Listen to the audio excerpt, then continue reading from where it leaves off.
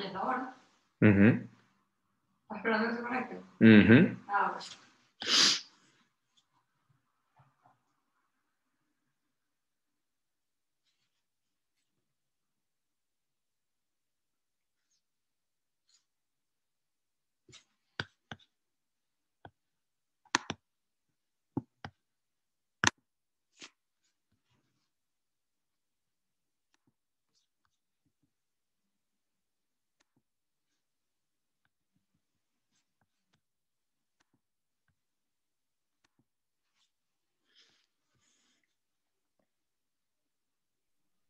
Hola, ¿cómo está?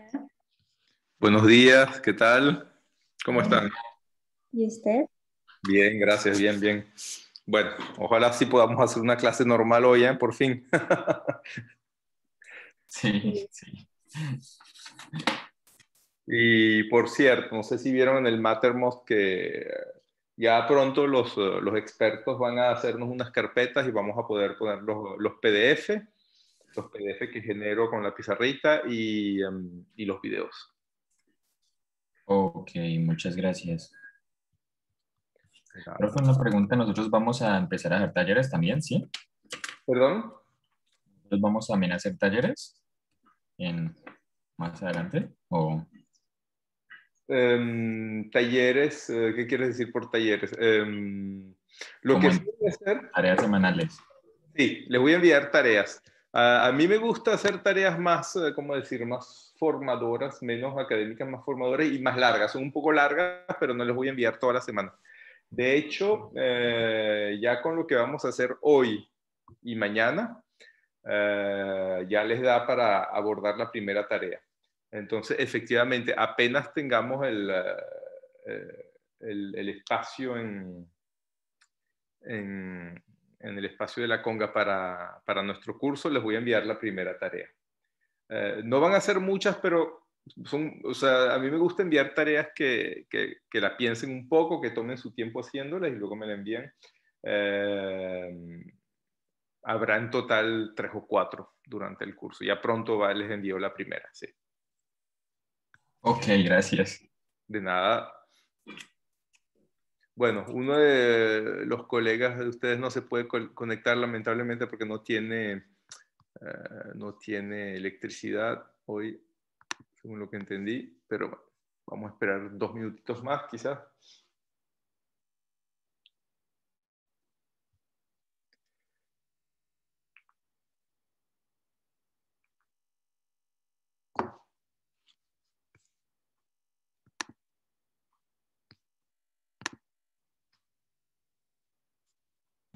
Ok. Bueno, ahora sí, buenos días a todos de nuevo. Voy a compartir pantalla. Tac, un segundito. Tac. Tac. Tac, ahí va. Listo. Ok, ¿ven la pizarra? Sí, profe. Listo. No hemos podido hacer mucho, arranqué lentito, pero bueno, tampoco hay apuro, tenemos tiempo. Lo importante es que lo que hagamos lo hagamos bien y con las interrupciones que hemos tenido, pero ¿tienen alguna pregunta sobre lo que hayamos podido hacer hasta ahora? Bueno, si recuerdo bien, estábamos conversando el modelo de Heisenberg.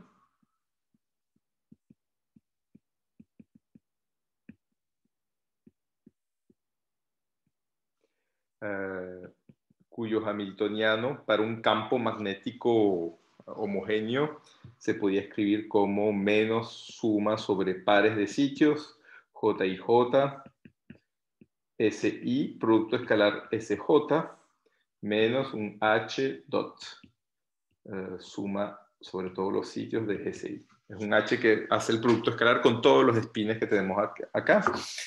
Y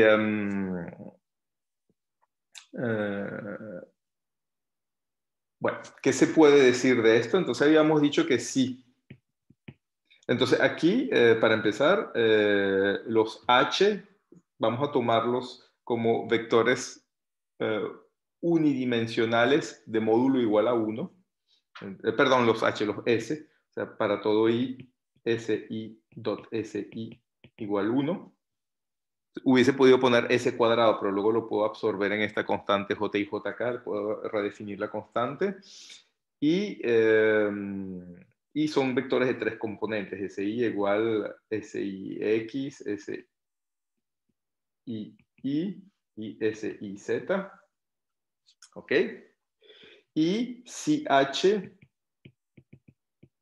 es igual al vector nulo, entonces h tiene una simetría y creo que ahí nos cortaron cuando estábamos diciendo eso. Una simetría que, estricto sensu, es todas las operaciones que se pueden hacer en estos vectores que conservan los productos escalares. Y esas son todas las transformaciones ortogonales en el espacio vectorial tridimensional, o sea, es el grupo O3, el grupo de todas las matrices ortogonales, o sea que si a SI lo mando a una transformación, llamémosla T, sobre SI, donde esto es una matriz 3×3, entonces se va a pedir que T transpuesta por T vale la identidad, o sea, 1, 1, 1. Y si se pide esto, como ya lo saben muy bien ustedes, después de que vieron todo, cosas inclusive más complicadas con Ana María, esto conserva el producto escalar y va a ser una simetría de este hamiltoniano. Bueno, resulta que el grupo O3 tiene dos partes disconexas, porque algo que sale inmediatamente de acá es que determinante de T es igual, determinante al cuadrado de T es igual a 1, o sea que determinante de T es igual a más menos 1. Y efectivamente de estas transformaciones hay dos conjuntos disconexos, las que tienen determinante igual a 1, y esto es un subgrupo, se llama el grupo ortogonal especial, SO3, y están las de determinante igual a menos 1, y esto no es un subgrupo porque no contiene la identidad, si se ponen a ver, entonces no puede ser un grupo en solo, pero si se junta con sí forman el grupo O3. Un ejemplo de esto es, por ejemplo, si agarran el spin y le cambian el signo a las 3 componentes, o sea, con la matriz de menos identidad. Entonces, eso es un caso particular. O otra posibilidad es que le cambien el signo nada más a una de las componentes. Si tienen SX, SY, SZ, le cambian, por ejemplo, nada más al de SX, SY, SZ, así. Esta sería otra transformación de determinante menos 1. Otra transformación ortogonal. Bueno, esto parece pura formalidad, pero en realidad hay algo, es un detalle importante, es que desde el punto de vista clásico, este tipo de transformaciones se pueden hacer. ¿Por qué? Porque yo cuando voy a definir una función de partición, entonces para un hamiltoniano como este así, voy a definir mi función de partición, va a ser integral sobre todos los DSI, y voy a explicar mejor qué son estos DSI, de exponencial menos beta h.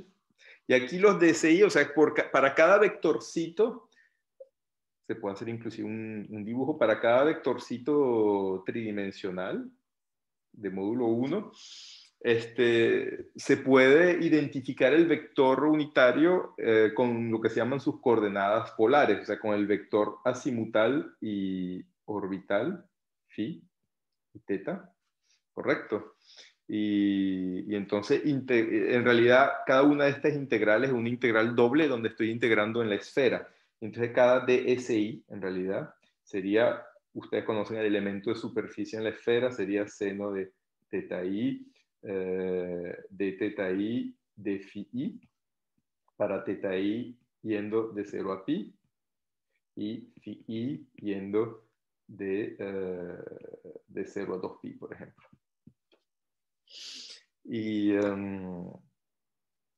este es el elemento de superficie. Entonces yo integro cada vectorcito así, y fíjense que en esta integral nadie me prohíbe hacer el cambio SI. Para todos los SI lo mando, por ejemplo, a menos SI. Y esto tiene una consecuencia interesante. Es que en una red bipartita, como por ejemplo, como ya las conversamos la vez pasada, por ejemplo, en la red cuadrada o cúbica, si solo tengo enlaces entre primeros vecinos, entonces acuérdense que tengo el sublatis A y B. Aquí estoy solo dibujando los del sublatis A, así, y los otros serían, los cuadraditos blancos sería el sublatis B. Entonces, si tengo acoples únicamente entre primeros vecinos, aquí hice algo malo, esto es un cuadradito blanco, ¿no? Si tengo acoples entre primeros vecinos nada más, para todo I perteneciente al sublatis B, si hago SI, lo mando a menos SI, o sea que el J lo mando a menos J. Los dejo convencerse de esto. Si tengo un hamiltoniano H igual menos suma sobre primeros vecinos de J, SI, dot SJ, si hago este cambio de un signo menos únicamente para el sublatis B, entonces es como le estoy cambiando el signo nada más a uno de los espines a cada vez y entonces paso de J a menos J. O sea que el modelo ferro y el modelo antiferro son equivalentes clásicamente en un problema clásico. ¿Por qué digo clásicamente? Porque ¿qué pasa si estos fueran espines cuánticos? Entonces, si son espines cuánticos en cuántica, en física cuántica,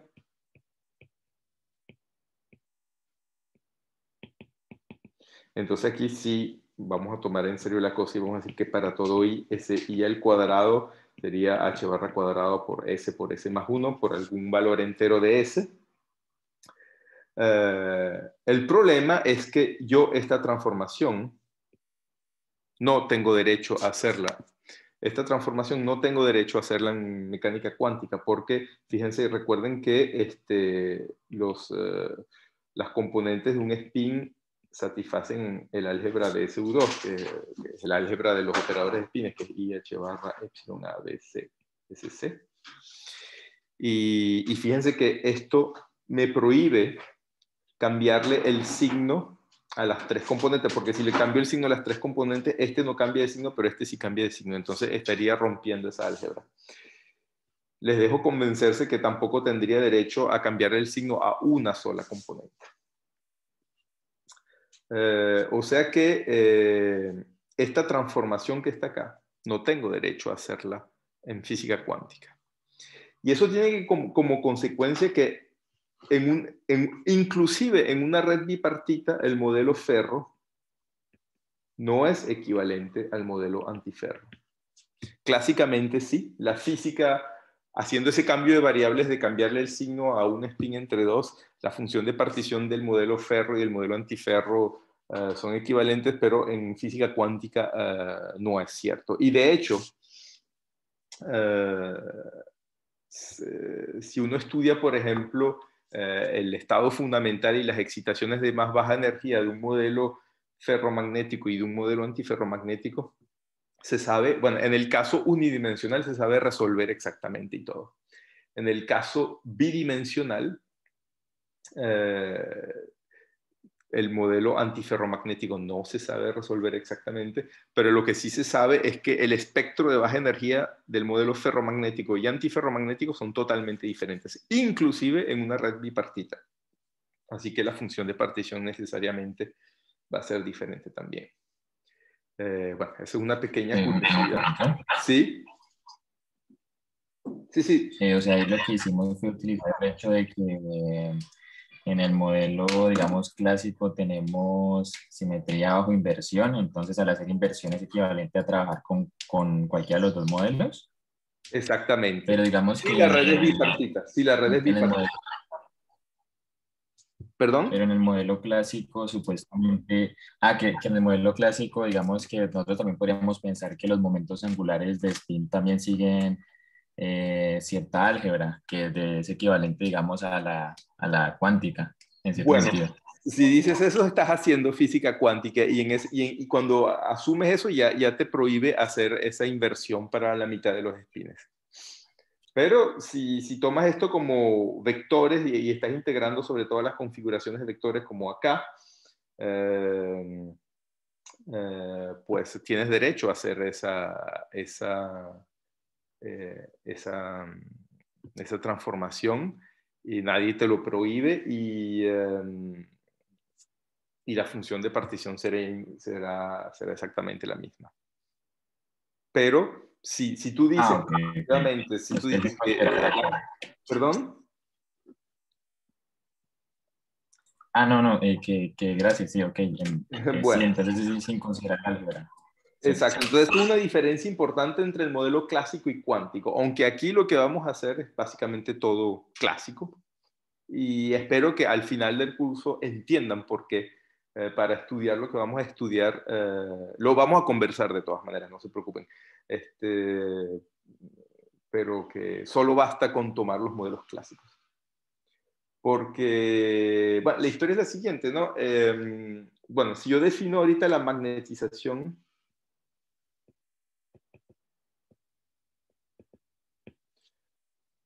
ahorita de forma vectorial como la suma sobre todos los sitios del valor medio de los SI, y bajo la hipótesis que todos los sitios son equivalentes. Si, por ejemplo, puse condiciones de borde periódicas, recuerdan que si ponía condiciones de borde periódicas, todos los sitios eran equivalentes. Esto lo puedo poner como un n por m minúscula, donde m minúscula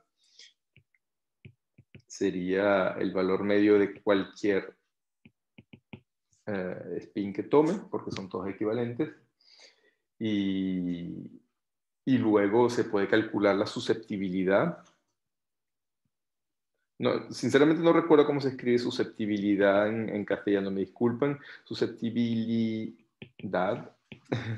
Creo que es SC, como en susceptibilidad. Y de manera general se puede escribir como chi alfa beta. Será la derivada de m componente alfa con respecto a el h componente beta, el h que aparece acá, el mismo h que había puesto acá.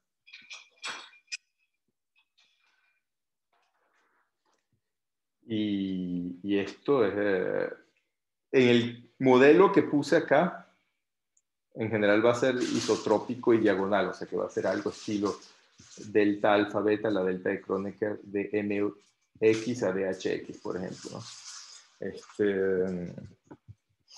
Bueno, pero se puede imaginar casos más complicados. Y bueno, resulta que el diagrama de fases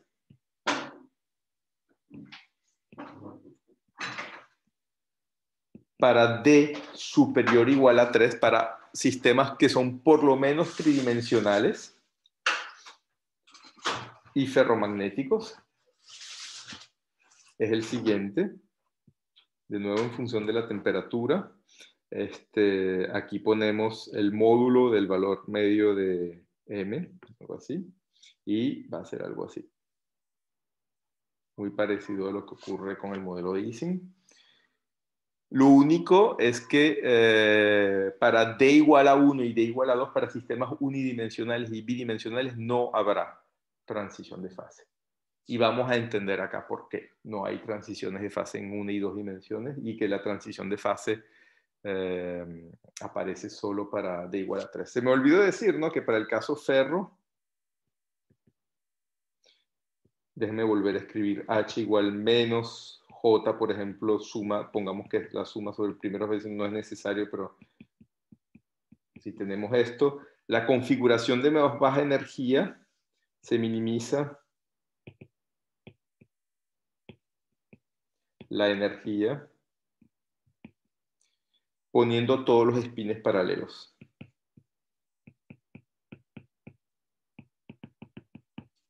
El dibujo que se hace es, típicamente es esto, por ejemplo, ponemos todos los espines paralelos y esta es una configuración de más baja energía. Y se seleccionó una dirección arbitraria y esto implica una ruptura espontánea de O3 o SO3 si nos prohibíamos de hacer las inversiones. Una ruptura espontánea de O3 y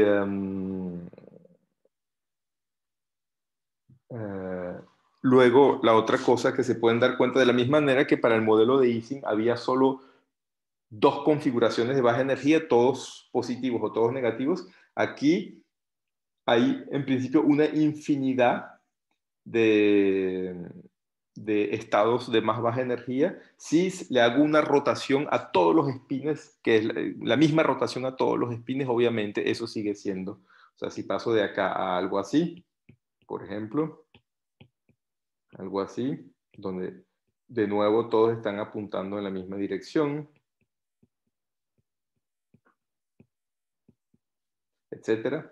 Eso sigue siendo una configuración de más baja energía. Se me olvidó, ahorita que lo pienso, se me olvidó decir que el grupo SO3 son las rotaciones, ¿no? ¿Dónde fue que lo dije?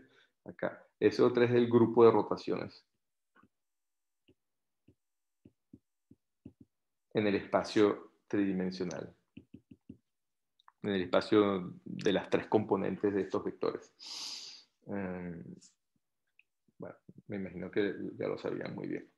Bueno, listo. Entonces, este diagrama de fase nos está diciendo que aquí hay una fase ordenada ferromagnética, aquí hay una fase paramagnética, alias para, y a partir de una temperatura crítica hay una ruptura espontánea de la simetría de O3 o SO3. Profe, qué pena. ¿Ahí asumimos que H es 0 o no necesariamente? Sí, perdón. Muy buena pregunta. Aquí H lo supuse igual a 0. Si H fuese diferente de 0, no hay, de nuevo, como para el modelo Ising, no hay ninguna transición de fase. Ocurriría algo así. Esto sería para H diferente de 0. Ya automáticamente se seleccionó una dirección y los espines van a estar apuntando en esa dirección y no hay transición de fase, no hay ruptura espontánea de la simetría, estamos únicamente en una fase ordenada. Este diagrama de fases que dibujé es para H igual a 0 y además, como ya lo comentamos, en el límite termodinámico, porque si tengo una cantidad finita de espines, estoy de nuevo sumando funciones, un número finito de funciones analíticas y el resultado es una función analítica que no puede tener un comportamiento no analítico como este. Así que es necesariamente, y te agradezco la pregunta, para H igual a 0. Otra pregunta. Bueno, este modelo lo vamos a estudiar también, obviamente.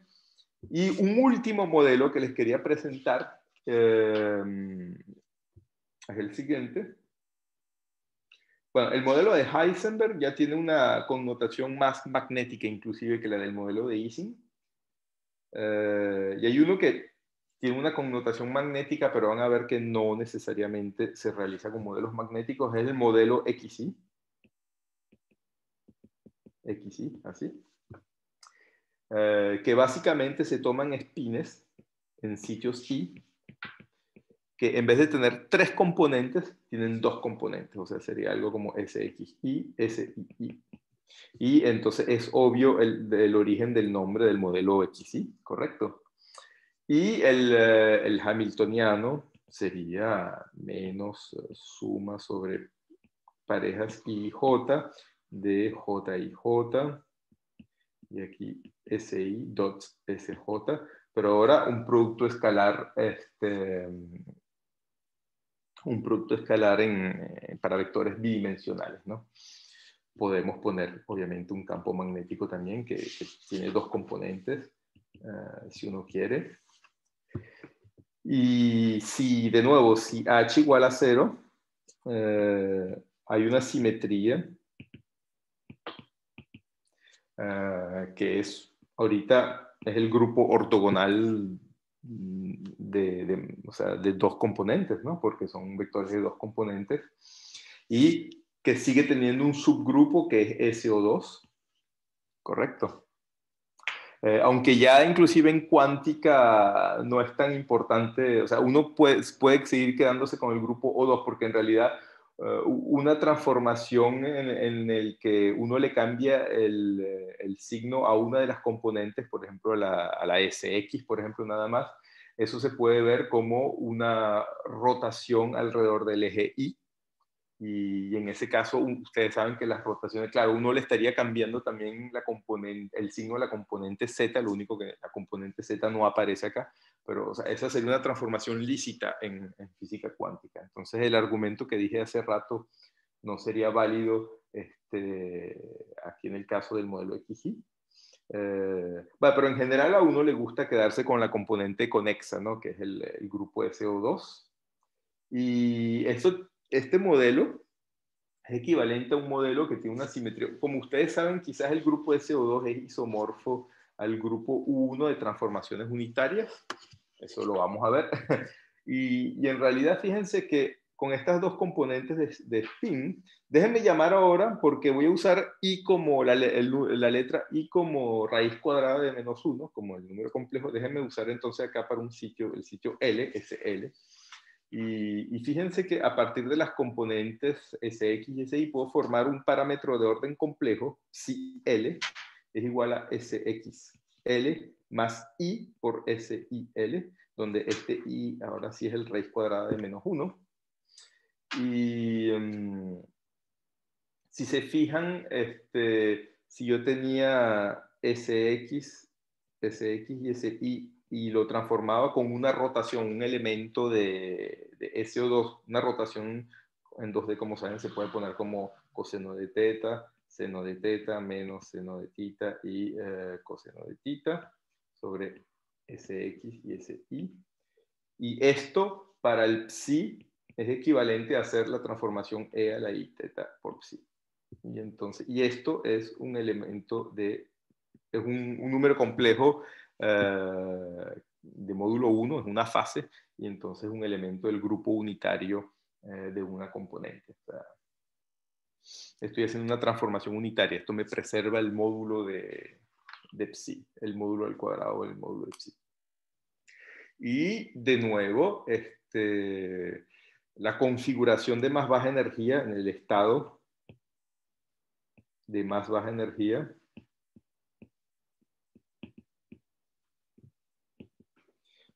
bueno, es muy parecido a lo que ocurre con el modelo de Heisenberg, lo único que los espines tienen que ponerse, en el caso ferro, los espines tienen que quedarse en el plano, todo esto está ocurriendo en el plano XY, pero es la misma historia, lo único que los espines quedándose en el plano XY, ¿no? Si no es la misma historia. Y de nuevo, para D superior o igual a 3, hay una transición de fase muy similar a la del modelo de Heisenberg. Esto sería módulo de M, definido M como valor medio de S. Y va a ocurrir algo muy particular en D igual a 2, y eso lo vamos a estudiar también. El modelo XY en D igual a 2 es particularmente interesante y tiene muchísimas aplicaciones. Algo en lo que quisiera insistir y lo van a estudiar un poco en las tareas que le voy a enviar es que todos estos diagramas de fase que les estoy poniendo acá es en el caso de sistemas ferromagnéticos. Si uno se divierte a poner coupling antiferromagnéticos, poniendo por ejemplo esta constante negativa, y uno no tiene una red bipartita, la historia se puede complicar mucho y puede que el sistema inclusive no tenga fase ordenada. Eso es una historia que puede ser muy larga y es por eso que no entro mucho en los detalles, y aquí estoy limitándome al caso más sencillo, que es el caso ferromagnético. Ya en la tarea se darán cuenta que la física de los sistemas antiferromagnéticos con frustración, o sea, en redes que no son bipartitas, puede ser muy interesante, pero bastante complicada. Bueno, para el modelo XY hay dos ejemplos famosos que son representados por el modelo cuya transición de fase está representada por el modelo XY. ¿Ustedes saben cuáles son esos ejemplos? ¿Alguien sabe cuáles son? Estoy pensando en dos ejemplos famosos que no son magnéticos, que no son momentos magnéticos que están...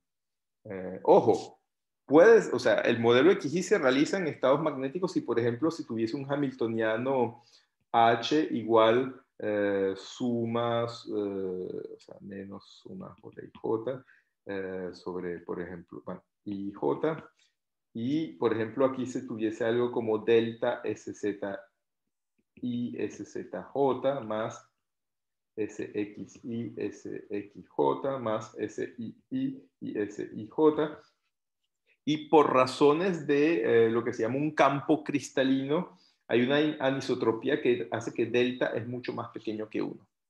Y entonces, para muchas cosas, inclusive el estudio de la transición de fase, este término se puede ignorar.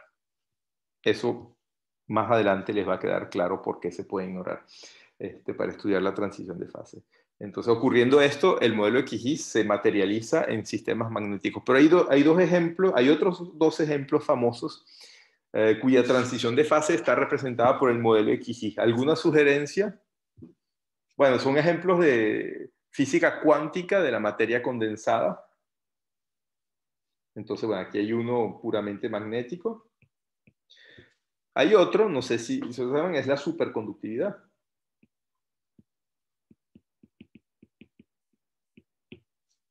Entonces, no sé si en algún curso de física de sólidos han estudiado la superconductividad.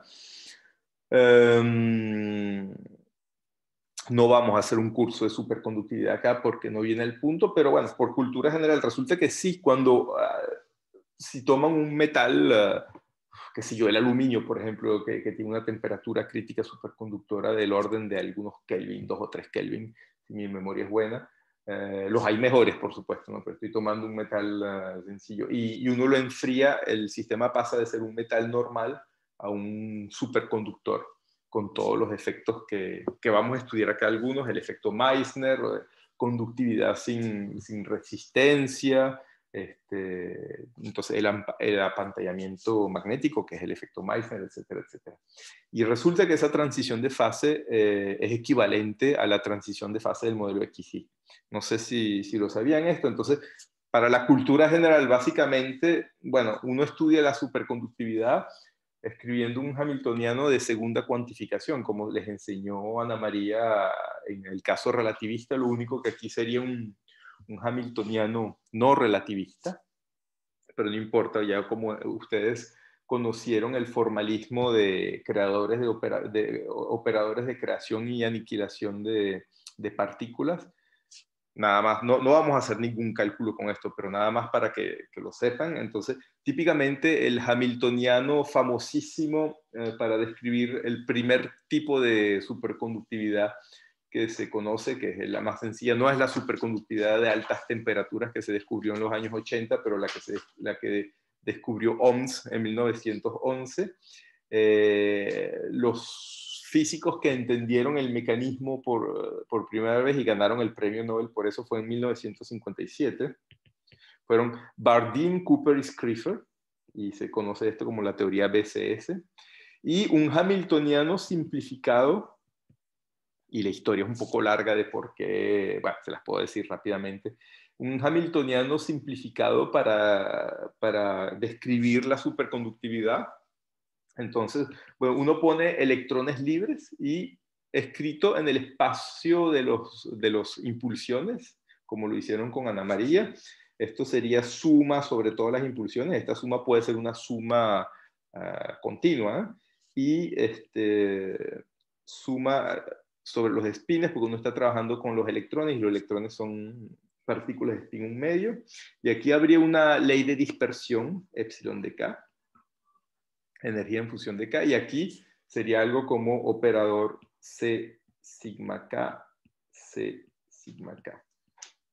Este que está acá es un operador de aniquilación de un electrón de impulsión H barra K y de spin sigma, que puede valer más o menos 1, aquí sigma es más menos, digamos, y este sería para el mismo estado el operador de creación. Bueno, esto escrito así, ya quizás con la experiencia del curso de Ana María, esto sería el hamiltoniano de electrones libres. Ahí no va a ocurrir nada, nada muy espectacular, pero resulta que los electrones interactúan, entonces hay dos interacciones, una que es la repulsión de la fuerza de Coulomb, pero hay una para los metales que es muy importante, que es el origen de la superconductividad, que es una interacción efectiva atractiva que viene por el intercambio de fonones. Entonces, haciendo diagramas de Feynman, como los que los colegas de ustedes van a hacer en física de partículas, algo así, lo único que aquí en vez de esto sería dos electrones que en física de partículas aquí estarían intercambiando un fotón, mientras que aquí están intercambiando un fonón. Y resulta que ese intercambio fonónico puede ser una interacción atractiva. Y entonces a esto le vamos a agregar un término, porque aquí esto no es el hamiltoniano BCS, esto es un hamiltoniano trivial, pero hay otro término que se escribe, para hacerlo corto, suma sobre K y K' y conservación del momento total. Aquí habría un potencial de interacción de K a K'. Y aquí la interacción que se va a retener, la que va a jugar un papel importante y es la única que se va a tomar es, en realidad es la interacción entre electrones de impulsiones opuestas y de espines opuestos. Entonces sería algo así. C K' up, C menos K' down. Ups, me quedó K' down, algo así. Bueno, esto es un hamiltoniano de interacción. Y bueno, ya con lo que vieron en el curso de Ana María, se deberían dar cuenta de que aquí hay una simetría U1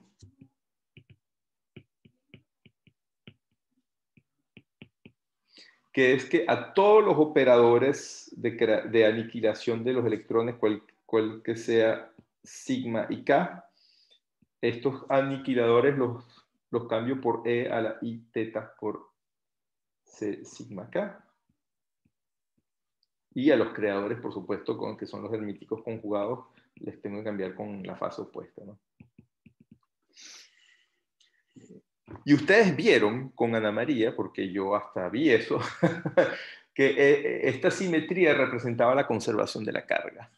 Y de hecho aquí en este ejemplo, como las únicas partículas cargadas son los electrones, la conservación del número de partículas. O sea que esta simetría U1 tiene como carga de Noether, como cantidad conservada usando el teorema de Noether, el número de partículas. Que es algo totalmente razonable para un sistema de estado sólido donde no hay un reactor nuclear o un acelerador de partículas como el CERN que se estuviera comiendo o escupiendo electrones suplementarios. O sea, uno tiene un sólido y en ese sólido el número de electrones es el que es y punto, ¿no? Entonces esta simetría U1 es muy razonable. Y sin embargo, cuando se estudia la transición superconductora BCS, aparece un parámetro de orden que es el siguiente, CK up, C menos K down, esto, que se va a hacer diferente de 0.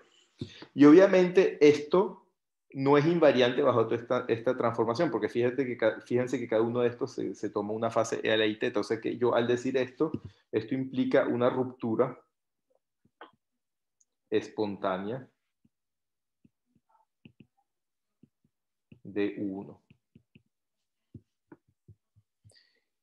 Y ustedes se estarán preguntando, pero ¿y entonces? ¿Y qué pasa con los electrones? Estábamos diciendo que estaba en un sólido y que si tenía 10 a la 23 electrones, tengo 10 a la 23 electrones. No tengo el acelerador del CERN o un reactor nuclear que me está comiendo electrones. ¿Y qué pasó con estos electrones? Sí, es cierto que formalmente, obviamente, el número de electrones va a estar conservado, pero sin embargo, el estado superconductor resulta que es un condensado de pares de Cooper. Y este condensado de pares de Cooper se representa como una especie de magma que a veces escupe pares de Cooper, entonces nos da 2 electrones suplementarios y a veces absorbe 2 electrones para formar un par de Cooper. Entonces, si uno deja de lado, si uno no considera el condensado BCS, lo que se llama el condensado BCS, el condensado superconductor, y uno solo se interesa a los electrones libres que no están formando pares de Cooper, entonces ese número no está conservado, porque de vez en cuando esos electrones se los come el condensado para formar un par de Cooper, y de vez en cuando el condensado escupe un par de electrones porque se rompió un par de Cooper. Y desde ese punto de vista, cuando uno no toma en cuenta el condensado, aparece esta no conservación del número total de electrones o del número total de la carga. Y entonces se interpreta esta transición, o sea, se ve que esta transición es el mismo tipo de ruptura de simetría que el modelo XY magnético, digamos, que les describí hace rato. Y bueno, y eso tiene una consecuencia que vamos a entender más tarde, es que todo lo que vamos a decir para un modelo de exponentes críticos, etcétera, etcétera, se va a aplicar también para los superconductores. Si ustedes logran conseguir los exponentes críticos del modelo XY para el sistema magnético, pues entonces no vale la pena tomarse la molestia de volver a hacer los cálculos para el superconductor, porque van a ser los mismos. Y esto es el concepto de universalidad que vamos a estudiar más tarde. Bueno, y por último, el otro ejemplo famoso de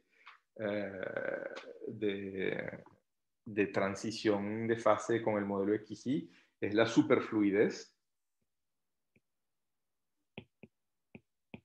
Entonces, hay muchos ejemplos de superfluidez. Históricamente, los dos que se hicieron en primero fue con el helio. Y en realidad hay dos isótopos del helio. El más común es el helio 4. Entonces, el helio 4 en el núcleo hay 2 protones, 2 neutrones y dando vueltas alrededor, para que sea neutro, 2 electrones. Entonces, son 6 fermiones, pero un número par de fermiones. Esto es un bosón. Pero resulta que el helio tiene un isótopo, que es el helio 3, al que de alguna manera se le arrancó un neutrón del núcleo. Entonces, ahora tenemos 5 fermiones, y esto sería un fermión. Y resulta que los dos presentan superfluidez. Lo único que el origen de esa superfluidez es totalmente diferente. De hecho, el helio 3 es de nuevo un mecanismo BCS.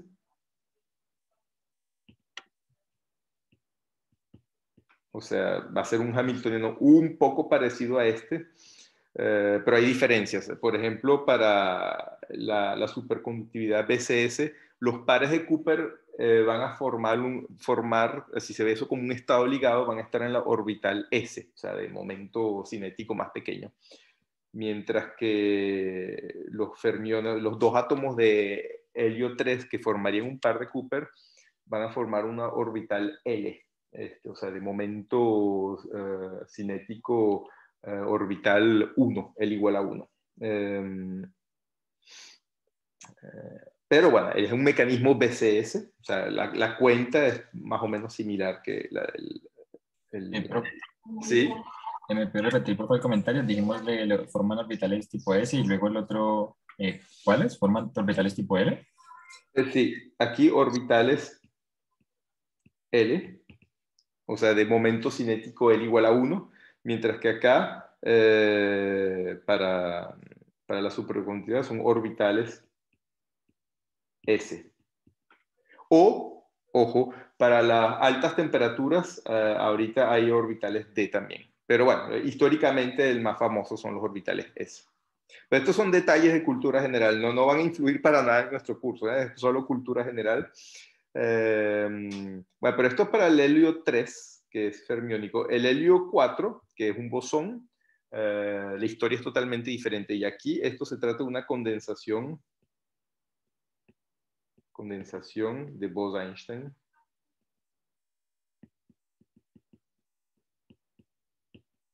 Y el helio 4, al tener una condensación de Bose-Einstein que ocurre hacia los 2 grados Kelvin, se vuelve superfluido. Se vuelve superfluido quiere decir que ocurren varias cosas divertidas. La más famosa es que no está sujeto a la viscosidad, a los roces. O sea, si ustedes se imaginan un experimento de pensamiento de que tienen un tubo capilar de 100 kilómetros de largo, bueno, habría que poderlo enfriar por debajo de los 2 grados Kelvin todo lo largo, y envían un chorrito de helio 4 o helio 3, o superfluido por ahí, y les va a salir del otro lado, a los 100 kilómetros del otro lado, exactamente con la misma velocidad. Nadie lo frenó. Y bueno, y resulta que porque hay una simetría 1, bueno, es básicamente la misma historia. El hamiltoniano del helio 4, por ejemplo, sería suma sobre K de epsilon de K, una ley de dispersión. Ahorita son bosones, déjenme usar B daga de K y BK como los operadores de creación y aniquilación. B de bosón, más una interacción que conserva la impulsión en suma sobre K1 y K2, tal que K1 más K2 es igual a K1' más K2', así conservamos la impulsión, y aquí tendríamos algo estilo B daga de K1, B daga de K2, B de K1', B de K2'. Esta es la interacción, esto sería en realidad una interacción de contacto, la interacción más general sería algo así, ¿no? Un U de los K acá. Y bueno, y resulta que la condensación de Bose-Einstein, es que hay una condensación en el estado fundamental, o sea que B de K igual a 0 se hace diferente de 0. Una observación es que, fíjense que aquí aparece de nuevo la simetría U1, que a todos los B los mando a E a la I teta B, o sea, BK, y a los B daga los mando E a la menos I teta B daga, y sin embargo, esta condensación, que ocurre nada más para el estado K igual a 0, para el estado fundamental, me rompe la simetría U1. Así que, de nuevo, la transición de un estado líquido normal a fluido normal a superfluido se describe, el fenómeno crítico se describe como el modelo XY. ¿Correcto? Bueno, y con esto terminé mi zoología, mi pequeño zoológico de modelos más o menos pertinentes para esta primera parte, de los cuales vamos a estudiar sus transiciones de fase. Ya terminé la zoología, ahorita vamos a ir más a lo concreto. Vamos a ver cómo ocurren estas transiciones de fase, pero antes de ir a eso, les quería hacer una pregunta. ¿Tienen ustedes alguna pregunta?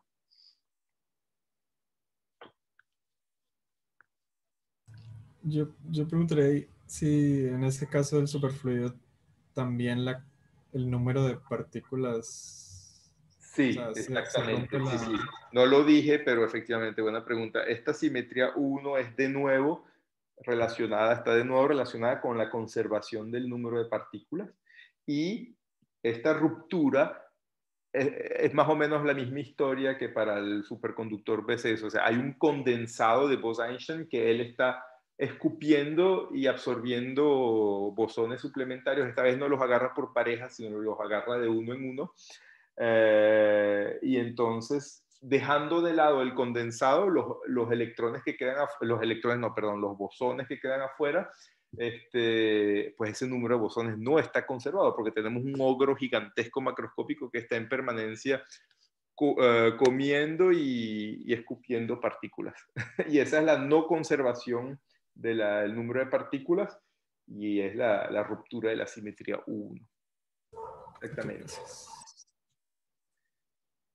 Bueno, ¿Uno cómo puede ver, digamos, el parámetro de fase asociado a la transición de fase en general?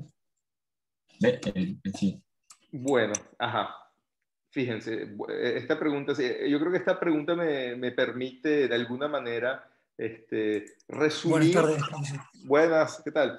Esto me va a permitir resumir lo que he estado contando acá. Fíjate, en el modelo de Heisenberg, lo que diríamos el parámetro de orden que me va a decir si estoy en la fase ferromagnética o paramagnética es el valor medio de esto que está acá. Y es un parámetro de orden vectorial de 3 componentes, ¿correcto? Y luego, tomando el módulo de este vector, que voy a saber si estoy en la fase ferro o para. Entonces, para el modelo de Heisenberg, el parámetro de orden sería un vectorcito de 3 componentes. esto que está acá. Para el modelo XY, tengo para escoger, puede ser esto, pero ahorita esto sería un vectorcito de 2 componentes, o puede ser esto. Y esto sería un número complejo. Y cuando este vectorcito me da un vector no nulo, esto quiere decir que este número complejo va a ser no nulo. ¿Correcto? Así que para el modelo XY tengo para escoger dos representaciones equivalentes. Una sería con un vectorcito de 2 componentes y la otra con un parámetro de orden complejo. Y de hecho en la tarea les voy a enviar un ejercicio sobre esto, sobre la descripción de Ginzburg-Landau de un superconductor y tratar de entender el efecto Meissner, así. Que en realidad es una manifestación del mecanismo de Higgs, en versión simplificada. El mecanismo de Higgs del modelo estándar, ¿no? Y en ese caso es más útil usar la notación compleja. Y bueno, mientras que como habíamos visto para el modelo de Ising, es una variable real m, es el promedio de sigma. Sigma es una variable que vale más o menos 1, pero si la promedio, bueno, me puede dar cualquier cosa. O sea, en realidad m sería un número real entre menos 1 y 1, digamos. Correcto. Entonces, en función de tu modelo, tienes un parámetro de orden que puede ser un número real, puede ser un vectorcito de 3 componentes, o un vectorcito de 2 componentes, o un parámetro de orden complejo.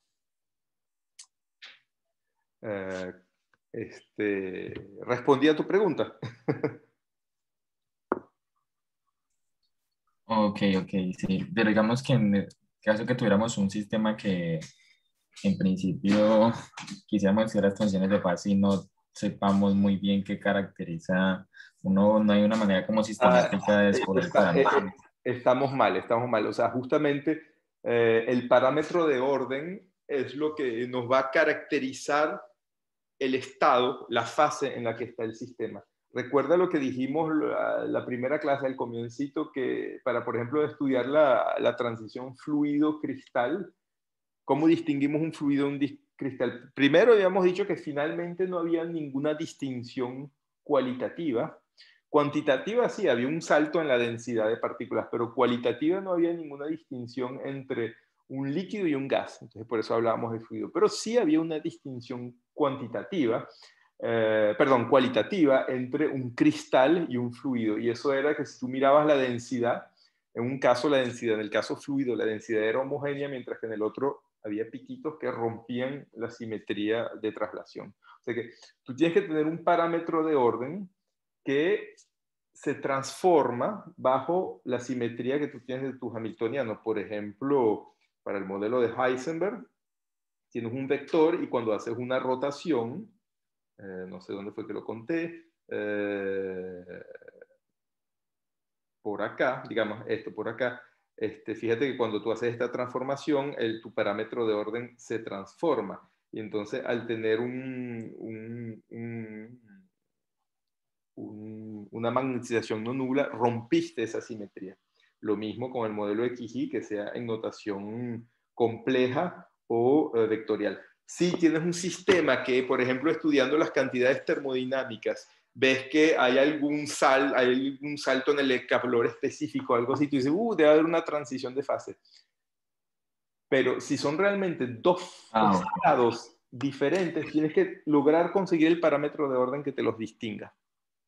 A veces no lo hay. Fíjate que entre el líquido y el gas, finalmente no hay ningún parámetro de orden que te los distinga. Hay una transición entre una fase de baja densidad y una fase de alta densidad, pero no hay ningún parámetro de orden que te los distinga. Y entonces, para nosotros, teóricos, no vamos a decir que son dos estados de la materia diferentes. Y es por eso que es importante conseguir un parámetro de orden que te distinga, que te sepa dar la diferencia entre esos dos estados de la materia. Ok, gracias. De nada. Bueno, otras preguntas antes de empezar a hacer unas cuentitas. Bueno. Listo. No sé por qué número estaba, creo que estaba por el número 7, ¿será?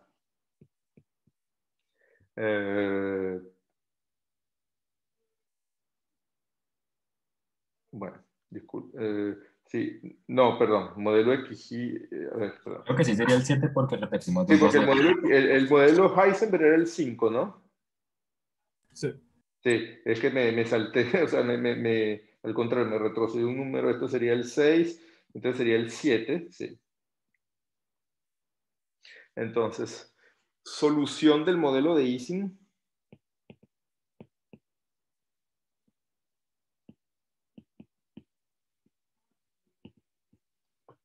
Con la aproximación de campo medio.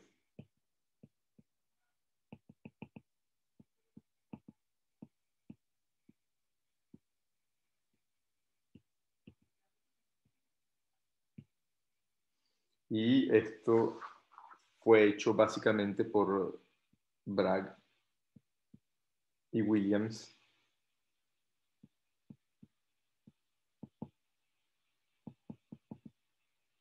En los años 30, o sea, en 1934 para ser más preciso. Y es una fecha más o menos histórica porque es donde se comenzó a entender el fenómeno de transición paramagnética ferromagnética, ¿no? Que lamentablemente la palabra ferromagnética no está muy bien escogida porque el magnetismo del hierro no se describe así. El magnetismo del hierro es más complicado porque es un magnetismo itinerante, o sea, en realidad son electrones que están paseándose, el hierro es un conductor, son electrones que están paseándose en la banda de conducción, pero lo único que se repelen con la repulsión coulombiana, y es la repulsión coulombiana que hace una estabilidad y que haga que haya más electrones que tengan spin up que spin down, por ejemplo. Y bueno, pero es una cuenta más complicada, es el magnetismo itinerante, pero bueno, históricamente se quedó como ferromagnetismo. Aquí son momentos magnéticos que están localizados, aquí no hay ningún electrón moviéndose, ¿no? Eso también se los decía para la cultura general. Entonces vamos a tomar un modelo de Ising ferromagnético, alias ferro para los amigos íntimos, que ya somos de él. Un modelo de Ising ferro en un látiz con interacción a primeros vecinos. No es obligatorio, se puede resolver para más complicado, pero para más general, pero ya con esto van a entender, con interacción a primeros vecinos. O sea, por ejemplo, si fuese una red cuadrada, entonces va a interactuar con estos 4 primeros vecinos que están acá. Si fuera una red cúbica, habría 2 vecinos más, ¿no? En la tercera dimensión, etcétera. Un modelo ferromagnético para que no entremos en problemas de frustración que pueden ser complicados en caso de que el látiz no fuese bipartita. Y vamos a escribir entonces el hamiltoniano, que lo podemos inclusive resolver con un campo magnético externo. Claro, recuerden que del momento que pongo un campo magnético externo ya no hay simetría Z2, y entonces ya no hay ruptura de la fase Z2, y entonces ya no hay real transición de fase. La transición de fase tiene sentido únicamente para H igual a 0. Pero es útil hacer las cuentas inicialmente por un H no nulo y luego al final ponemos H igual a 0 cuando busquemos la transición. Entonces ponemos esto así, H de H igual menos J suma sobre los primeros vecinos. Recuerden que la notación entre sitios primeros vecinos se usan estos corchetes así en general. Y aquí sería sigma I, sigma J menos H suma sobre todos los sitios de sigma I. Ok, este es el hamiltoniano. Vamos a tomar J positivo de manera a tener el hamiltoniano ferromagnético. Y bueno, una primera cuenta interesante de hacer, que es facilísima de hacer, es ¿qué pasa si ponemos J igual a 0? No hay ningún tipo de interacción. Entonces, en ese caso, H sería simplemente menos H suma sobre I sigma I. O sea, tenemos una colección de espines desacoplados que están sintiendo un campo magnético. Bueno, ustedes saben que la función de partición, aquí la función de partición va a ser muy fácil de calcular. Z de h va a ser suma sobre, suma sobre todas las configuraciones de spin de exponencial menos beta h, que aquí va a ser suma sobre todos los spines sigma i de exponencial beta h, suma sobre i sigma i. Pero, como están viendo, esta exponencial se factoriza. O sea, esto va a ser suma sobre sigma 1 igual más menos 1, sigma 2 igual más menos 1, etcétera, hasta sigma n igual más menos 1, suponiendo que tenemos n spines. Y aquí tengo exponencial beta h sigma 1, exponencial beta h sigma 2, etcétera, hasta exponencial beta h sigma n. Se ve facilito que se factoriza. Y en realidad nos damos cuenta que como en esta suma estoy sumando para cada uno de los espines independientemente sobre su valor 1 y más 1, en realidad esto es n veces, es el n producto de la misma cosa. Esto es suma sobre sigma 1 igual más menos 1 de exponencial beta h sigma 1 por suma sobre sigma 2 igual más menos 1 exponencial beta h sigma 2 por la misma cosa para el sigma 3, etcétera, hasta suma sobre sigma n igual más menos 1 exponencial beta h sigma n. Y esto es n veces la misma cosa. O sea que esto es básicamente suma sobre sigma igual más menos 1 de exponencial beta h sigma a la potencia n. ¿Están todos de acuerdo? Esto es lo que se llama una factorización de la función de partición, y esto es algo muy típico en física estadística, cuando las entidades no interactúan entre sí, digamos. Bueno, y esto es súper fácil de calcular, porque tengo exponencial beta h más exponencial menos beta h, y, o sea, esto es exponencial beta h más exponencial menos beta h a la potencia n, y esto se puede poner con el coseno hiperbólico. Esto es 2 a la potencia n coseno hiperbólico de beta h a la potencia n. Y aquí tengo mi función de partición. Puedo construir la energía libre. Acuérdense que z era exponencial menos beta f, o sea que f es menos 1 entre beta logaritmo de z. Y entonces la energía libre F sería menos KBT. Acuérdense que beta es 1 entre KBT. KBT n logaritmo de 2 menos KBT n logaritmo de coseno hiperbólico de beta h. Permítanme escribir el coseno hiperbólico así, es más cortito. Eso es flojera quizás, pero bueno. Y bueno, como estamos viendo, es una cantidad extensiva, ¿no? Entonces podemos hablar inclusive de la energía libre por spin, que sería F entre N, que sería lo mismo, bueno, sin el N, ¿no? Menos KBT log 2 menos KBT log de coseno hiperbólico de beta h. Bueno, listo. Tenemos la función de partición. Algo interesante de calcular es el valor promedio de la magnetización de cualquier sigma i, porque son todos equivalentes, obviamente. Los espines ahí son trivialmente todos equivalentes.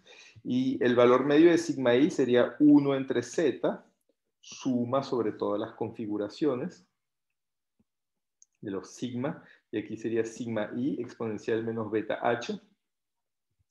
Pero como la función de partición y la exponencial se factorizan, esto va a ser 1 entre la función de partición. Déjenme llamar esto que está acá. Z1 va a ser la función de partición de un spin, ¿ok? O sea, sería 2 por coseno hiperbólico de beta h. Entonces esto va a ser Z1 a la potencia n, y aquí vamos a tener Z1 a la potencia n menos 1, son todos los espines que no son el i, y luego tendríamos suma sobre sigma i igual más menos 1, y aquí sigma i exponencial menos beta h.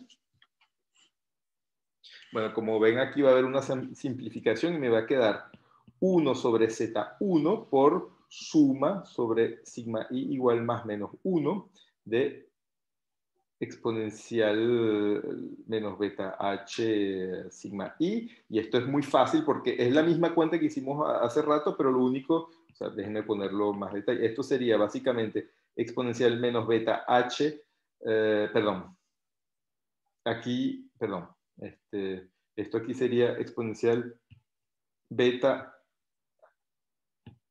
h sigma i, y entonces igual acá. Y porque todos los otros sigma ya se me fueron y me dieron esta función de partición, y entonces me quedaría esto, y esto es exponencial beta h menos exponencial menos beta h, y esto es 2 veces el seno hiperbólico. Acuérdense que z1 es 2 coseno hiperbólico. Bueno, dije que lo iba a poner como CH por flojera.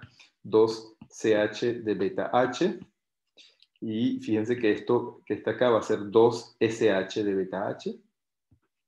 O sea que es fácil de ver que el valor promedio de sigma i, que vamos a llamar m, termina siendo tangente hiperbólica de beta H. Y aquí tenemos nuestra función de partición para una colección de espines desacoplados. Y obviamente es de esperarse que si uno pone h igual a 0 no pasa nada, y como ven, si uno pone h igual a 0 acá, uno tiene 0, o sea que el valor promedio de la magnetización vale 0, cual que sea la temperatura, y eso era de esperarse porque si los espines no están interactuando entre sí, no va a pasar mucho, no va a pasar nada. Bueno, ¿todo bien hasta acá? Una observación es que si miran la expresión de la energía libre F, les dejo convencerse de que M lo podemos poner como menos 1 entre beta de ADH de F. Les dejo esto como ejercicio de convencerse que la magnetización la pueden ver como menos la derivada con respecto a menos 1 entre beta, la derivada con respecto a h de F.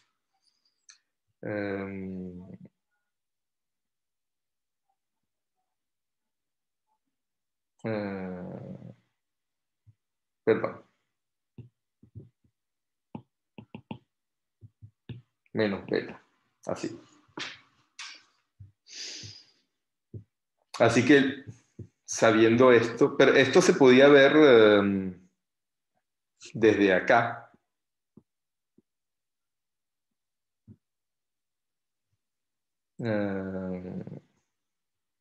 Si quieren, desde acá, donde uno puede ver que M es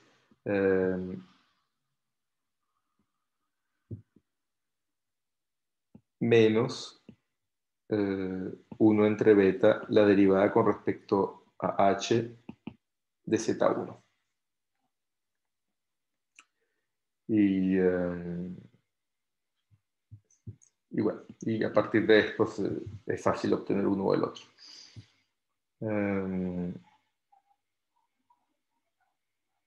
Y disculpen, aquí definitivamente, aquí no hay ningún beta, es así.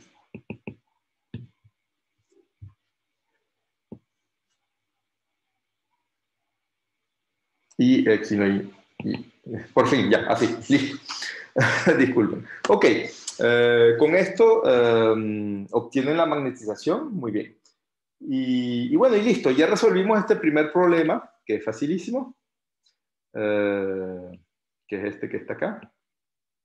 Ahora vamos a tratar de atacarnos al problema más complicado, que es J diferente de 0, pero vamos a hacer una aproximación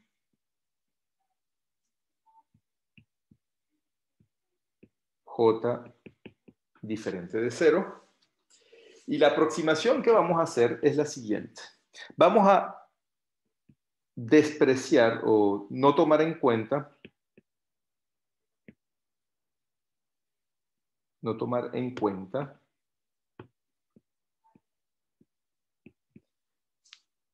producto de fluctuaciones.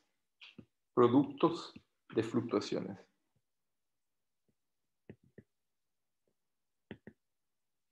Y voy a explicar qué quiere decir eso. Cada sigma i, vamos a poner condiciones de borde periódica para que todos los espines sean equivalentes. Así que voy a suponer ahora que puse los acoples entre los espines, todos los espines son equivalentes y voy a escribir cada sigma i promedio, lo voy a escribir como m, para empezar. Y luego lo que voy a hacer es que sigma i lo puedo poner como m, o sea, su promedio más la fluctuación con respecto a su promedio, que lo voy a llamar delta sigma i. Entonces, obviamente, aquí delta sigma i no es nada más que sigma i menos su promedio. Es la fluctuación alrededor de su promedio. Ok. Y lo que voy a hacer es que cuando tengo sigma i, sigma j en alguna parte, que lo voy a tener ahora que puse el acople entre los espines no nulo, fíjense, esto lo puedo poner como m más delta sigma i por m más delta sigma j, y si desarrollo el producto esto va a ser m cuadrado más m delta sigma i más m delta sigma j, y luego tendría un término más delta sigma i delta sigma j. Ups, perdón, no sé qué hice.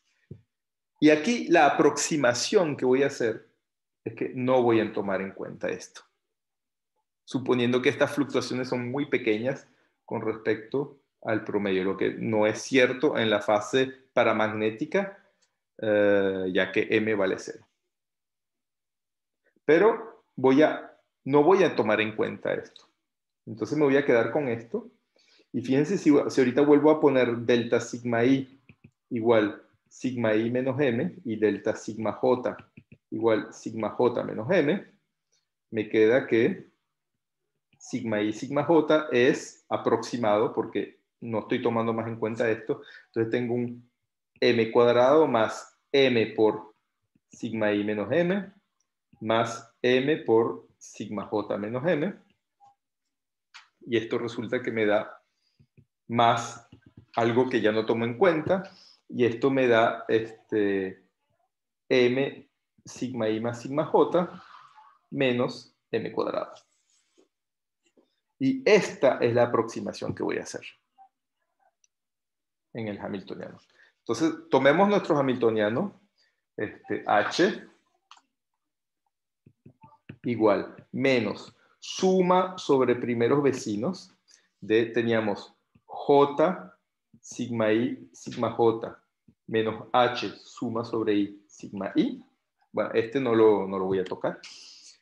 Pero lo único que aquí voy a cambiar esto por esto que está acá. Y esto equivale a haber despreciado el producto de las fluctuaciones. ¿Correcto? Entonces lo voy a cambiar y esto me da h, ahorita lo aproximo a menos suma sobre primeros vecinos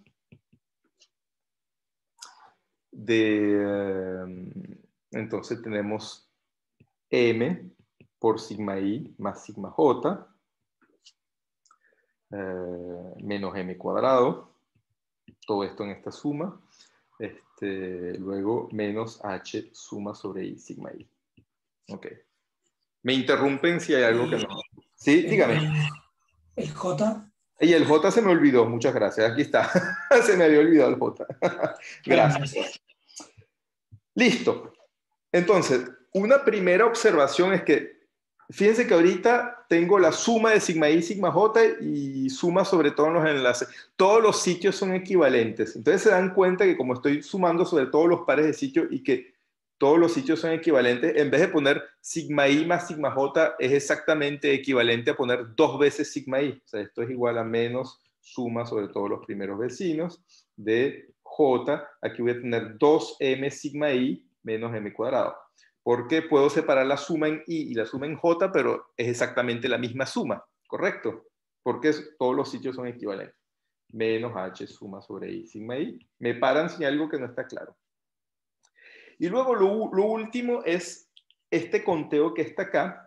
Fíjense que esto lo puedo poner como, voy a hacer un doble conteo, voy a poner menos 1/2 de suma sobre todos los i y j primeros vecinos, pero contado dos veces. O sea, si este es el sitio i y este es el sitio j, lo cuento una vez así y otra vez así, de alguna manera.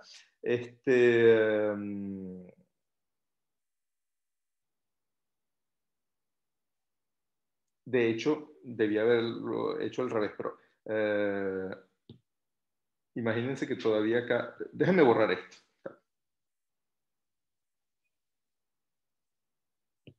Voy a hacer esto, pero más tarde. Aquí, esto lo pongo como... En vez de contar una vez cada enlace, lo cuento dos veces, de i para j y de j para i. Obviamente estoy haciendo una redundancia y es por eso que pongo un factor 1/2 acá, y aquí pongo mi j, m, sigma i más sigma j menos m cuadrado, menos h suma sobre i sigma i. Y ahorita sí, me doy cuenta que estas sumas son equivalentes. Entonces me queda igual menos 1/2, suma sobre los i, y luego suma sobre todos los vecinos de i,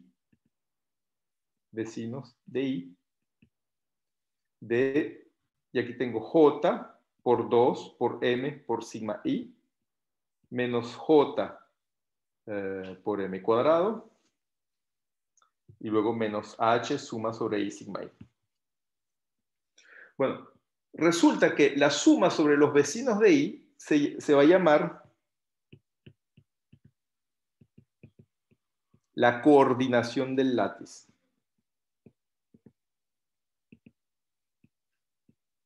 De la red, perdón. O sea, por ejemplo, en la red cuadrada, aquí tengo i, entonces aquí tendría j, k, l, m, y esos serían los 4 vecinos. Aquí sería z igual a 4 para la red cuadrada. Por ejemplo, para la red cúbica, habría el vecino que está dentro de la tableta, y el que sale de la tableta sería z igual a 6 para la red cúbica, en 3D, cúbica. Si tomas una red triangular, déjenme dibujar esto más lindo. Si tomas una red triangular, fíjense, tomemos este va a tener 1, 2, 3, 4, 5, 6, o sea que z igual a 6 también para la red triangular, etc. Y ese es el número de vecinos que tiene cada spin. Y fíjense que esta suma acá me va a dar un factor que es z, o sea que h va a ser menos suma sobre todos los i, y aquí va a aparecer un medio se va con esto y me queda j m z sigma i menos perdón, j z m cuadrado entre 2 menos suma sobre i, h y sigma i. ¿Están de acuerdo con eso? Y fíjense que este término que está acá es una constante. H es una constante importante, pero una constante va a ser, entonces, j, z, m cuadrado entre 2 por n grande, que es el número de spines. Y aquí me queda, fíjense que esto lo puedo juntar con esto, y me queda menos un h efectivo por suma sobre i de sigma i, donde h efectivo va a ser igual al h de antes más jmz. ¿Estamos de acuerdo? Sí. Esta función de partición va a ser fácil de calcular porque de nuevo ya con esta aproximación volvemos a caer en espines desacoplados. Y lo único que cambia es que hay esta constante delante, pero esto no tiene nada de particular, porque esta constante es la misma para todas las configuraciones. O sea, cuando hago z es igual a suma sobre todas las configuraciones de spin exponencial menos beta h, esta constante va a ser la misma en todas partes, o sea que me sale igual exponencial menos beta j z m cuadrado n entre 2, y aquí suma sobre todas las configuraciones de spin, y aquí exponencial menos beta, y con el menos de, nos quedaría beta h efectivo, perdón, h efectivo, suma sobre i de los sigma i. Y esta que hasta acá es exactamente la misma cuenta que ya hicimos, lo único que cambiando h por h efectivo. Y lo que nos va a quedar ahora es que z pues va a ser exponencial menos beta j z m cuadrado entre 2 a la potencia n, se puede poner así, por el famoso 2 coseno hiperbólico de beta h efectivo a la potencia n. Y de hecho la energía libre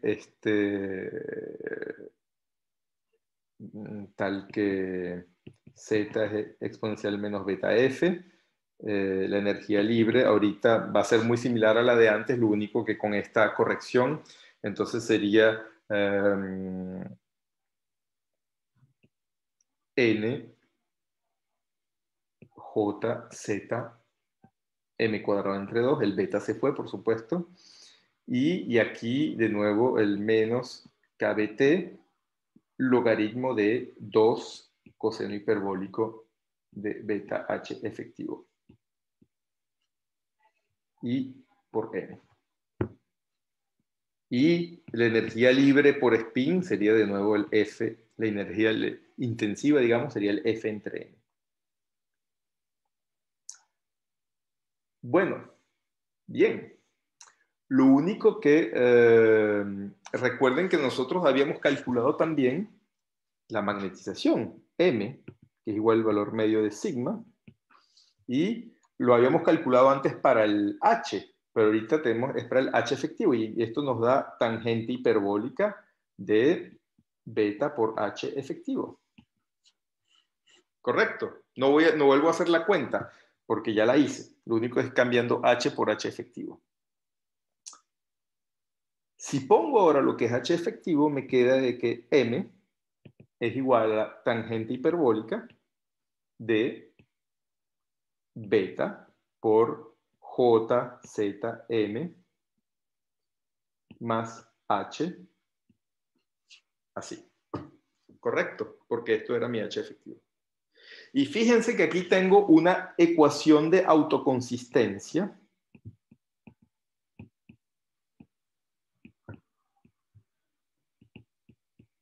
Y esto es típico de las aproximaciones de campo medio de mean field, como se dice en inglés. Fíjense que M aparece acá, pero aparece acá también. Es el mismo, que aparece de los dos lados. Y entonces M, para que la aproximación que hice sea autoconsistente, consistente consigo misma, M tiene que satisfacer esta ecuación. Bueno, lo único que aquí aparece algo interesante. ¿Qué pasa si ahora ponemos H igual a 0? El campo magnético real, el original, lo ponemos igual a 0. Nos queda la ecuación M igual tangente hiperbólica de beta J Z M. Esta es la famosa ecuación de Bragg-Williams de 1934.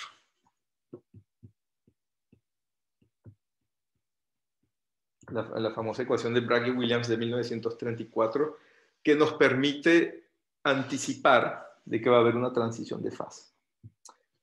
¿Cómo se puede ver esto? Bueno, resulta que, ¿cuáles son las soluciones de esta ecuación? Y bueno, vamos a hacer un trazado, que es el siguiente. Esto aquí es M. Y voy a trazar la función m igual m, la función más trivial del mundo, m igual m, que es una función de pendiente 1. ¿Ok? Esto es f de m igual a m. No, entonces pendiente 1. Y luego voy a trazar otra función que es g de m igual tangente hiperbólica de beta j z m. Lo único que eso va a depender de... Bueno, ojo, aquí J y Z están fijos. O sea, si es el látiz cuadrado, Z igual 4 y punto. Y J es el enlace químico que tienen, que eso es un origen químico que tienen los espines, y eso se podría cambiar aplicando presión, por ejemplo, pero si no le aplicamos presión, el J está fijo. Aquí lo único que podemos cambiar es el beta. Entonces, ¿qué pasa si beta es muy chico? Si beta es muy chico, fíjense, una observación es que para m muy pequeño, tangente hiperbólica de beta JZM, si yo hago un desarrollo de Taylor al primer orden, si linearizo básicamente, ustedes saben que tangente hiperbólica de X es básicamente X. Esto es beta JZM más orden de m cuadrado. Correcto. Y bueno, en realidad es orden de m al cubo porque es una función impar. Entonces, si beta es muy chico, o sea, si la temperatura es grande, acuérdense que beta es el inverso de la temperatura. Si la temperatura es grande, eso quiere decir que esta función tiene una pendiente. Ustedes saben que esta función satura para m tendiendo a infinito, esto satura en 1. Acá. Vamos a trazarla. Y para m tendiendo a menos infinito, esto satura en menos 1. Acá.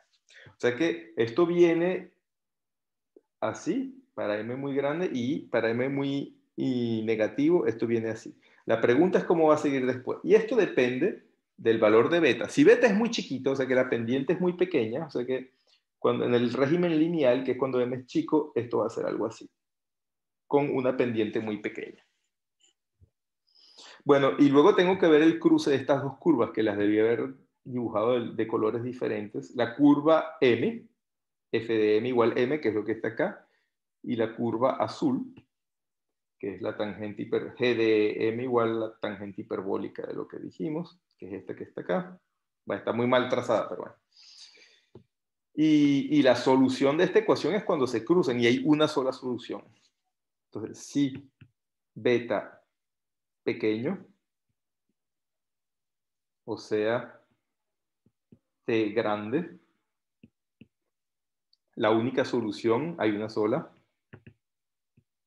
es m igual a 0. Listo. Y entonces, bueno, m igual a 0. No hay, en promedio no hay magnetización. Entonces, estamos en la fase paramagnética. Alias para los íntimos. Pero, ¿qué pasa ahora si t es pequeño? O sea, beta grande. O sea que la pendiente ahora del término lineal va a ser más grande que 1.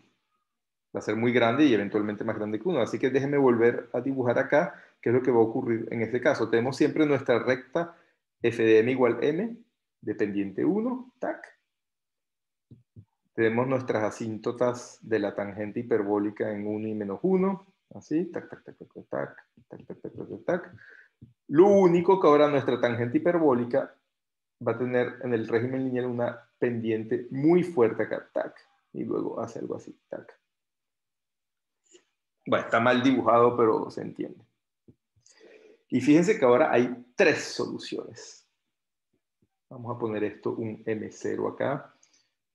Por simetría, este dibujo, bueno, no lo está en el que hice yo a mano porque no está muy lindo, pero por simetría, fíjense que tanto este lado como esto es simétrico en cambiar m por menos m, ¿no? O sea que el dibujo es simétrico, o sea que si aquí se cruzan en M0, aquí se cruzan en M menos M0. Entonces hay tres soluciones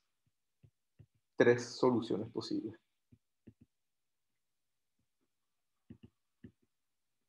Siempre hay M igual a 0, pero también ahorita aparece más menos M0. ¿Y cómo hacemos para escoger cuál es la buena? ¿Cuál es la que va a representar el estado termodinámico donde estamos? Bueno, para saberlo, tenemos que ir a nuestra energía libre. La mejor, digamos, la que representa el estado termodinámico estable, es la que minimiza F, la energía libre. O F minúscula, porque tienen un factor n entre las dos. Y entonces tenemos que estudiar F igual a JZm cuadrado entre 2 menos KBT logaritmo de 2 coseno hiperbólico de beta h efectivo. Y nosotros queremos minimizar F. Un primer ejercicio que les voy a pedir es que verifiquen que cuando hacemos de F a de M y lo ponemos, o sea, y pedimos que esto sea igual a 0, que es lo que queremos para minimizar a F, nos sale exactamente la misma ecuación de campo medio. Nos sale que M igual tangente hiperbólica de beta J ZM. Esto que está acá debía haber puesto beta J ZM. O sea que esta ecuación de campo medio, que es la ecuación de autoconsistencia del campo medio, lo podemos ver también, porque es exactamente la misma ecuación, como la ecuación para conseguir el M, la magnetización optimal, el parámetro optimal de M, que es el que minimiza la energía libre. Bueno, y luego lo que podemos hacer es, ¿qué pasa cuando M es muy chiquitito? O sea, ¿qué pasa si, ¿cómo decir? Si, fíjense que si acaba de ocurrir esto, bueno, imaginemos que M0 es muy chiquitito, que sea en todo este régimen entre menos M0 y M0, imaginemos que M0 es muy chiquitito, entonces lo que voy a hacer es, voy a hacer un desarrollo de Taylor de esta energía libre. Y me va a quedar que F, si me quedo al orden cuadrático, va a ser una constante, que les dejo calcular, más JZ entre 2 m cuadrado, menos, KBT, y aquí logaritmo de 1 más, y aquí el coseno hiperbólico lo estoy desarrollando como 1 más coseno hiperbólico de beta ZJ m al cuadrado entre 2 más términos de orden superior que no debo de tomar en cuenta, y esto lo pongo como constante más JZ entre 2, y aquí me voy a conseguir un término que es 1 menos JZ sobre KBT m cuadrado más orden de m a la potencia 4. Y fíjense que con este trazado acá podemos entender qué es lo que está ocurriendo. Fíjense que si para t grande o beta chico, es fácil ver que el único mínimo habíamos dicho que era m igual a 0 y nuestra energía libre está haciendo esto. Pero para t pequeño, la energía libre lo que va a estar haciendo es esto. Bueno, aquí puse la constante igual a 0, o sea, si no lo mueven. La energía libre lo que va a estar haciendo es esto. Donde aquí tenemos menos M0 y aquí más M0.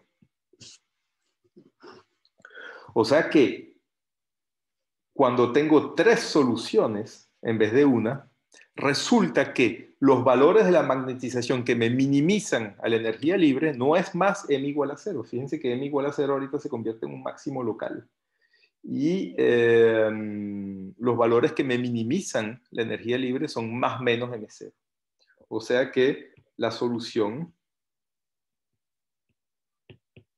es m igual más menos m0. O sea, valor promedio de sigma igual más menos m0. ¿Y cuál es la temperatura a partir de la cual ocurre esto? Bueno, esto es muy fácil de conseguir, porque fíjense, imagínense que ¿cuándo empiezo yo a tener 3 soluciones? Bueno, es cuando la curva azul empieza a cruzar, aparte del 0, la curva roja. Y esto ocurre cuando en m igual a 0 tienen exactamente la misma pendiente. O sea que en el momento en que la curva verde hiciese algo así. Y su pendiente, tac, se hace exactamente la de la curva roja, que es 1. Entonces, si la pendiente de la curva verde fuese un poquitito más chica, entonces ahí solo se cruzan en 0. Y si la pendiente de la curva verde fuese un poquitito más grande, ahí tengo el doble cruce. Y resulta que, de nuevo tomando el desarrollo de Taylor de la tangente hiperbólica de beta j z m, poniéndolo como beta j z m, entonces tiene pendiente 1, que es el punto de cruce, digamos, cuando beta j z igual a 1. O sea, jz entre kbt igual a 1, y esto va a ser lo que vamos a llamar la temperatura crítica, o sea, Tc va a ser igual a J por Z entre Kb. Y esto es la temperatura crítica. Y de hecho, ya podemos trazar nuestro diagrama de fase. Aquí valor absoluto de m. Y se fijan que tengo que tomar valor absoluto de m porque me puede dar con el signo más o el signo menos en función de t. Y aquí tengo mi temperatura crítica Tc igual a Jz entre Kb. Y vamos a tener algo así. Aquí. Y entonces la aproximación de campo medio sí me está prediciendo una transición de fase. Pero podemos hacer más que esto. Podemos ver cómo muere la magnetización. ¿Se acuerdan que habíamos dicho que aquí la magnetización, cuando estamos acercándonos del punto crítico, iba, se recuerdan de este exponente crítico, va como Tc menos T a la potencia beta. ¿Se recuerdan que habíamos definido un exponente crítico así? Bueno, este beta lo podemos conseguir. Relativamente fácil. Y bueno, la manera de hacerlo es que, de nuevo, jugando con la tangente, vamos a volver a nuestra ecuación de Bragg-Williams, que nos dice que m igual a la tangente hiperbólica de jz entre kbt por m. Ahorita lo voy a poner así. Y ahorita voy a desarrollar la tangente hiperbólica, pero no solo a primer orden, sino al tercer orden. O sea que me queda que m es. Entonces el orden 1 es jz entre kbt por m. Y luego vendría algo como jz sobre kbt al cubo por m al cubo. Y aquí hay un factor 1/3 más. Luego sería orden de m a la potencia 5, que no vamos a tomar en cuenta. Esto para m chico es así, correcto. Hice el desarrollo de Taylor de la tangente hiperbólica. Y fíjense que ahora puedo simplificar. Tac, tac, y aquí tac, 2. Y entonces, y ahorita paso esto de este lado, y me queda que 1 menos JZ entre KBT.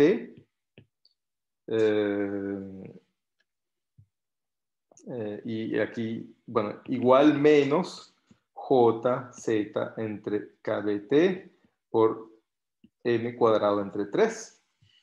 Déjenme cambiar los signos acá y déjenme multiplicar esto por todos los factores para que me quede M cuadrado va como 3, aquí se me olvidó un cubo, 3 sobre JZ sobre KBT al cubo, y aquí tendríamos JZ entre KBT menos 1, correcto, si no me equivoqué. Y ¿qué puedo hacer? Voy a multiplicar por T arriba y abajo, acá, y entonces esto sería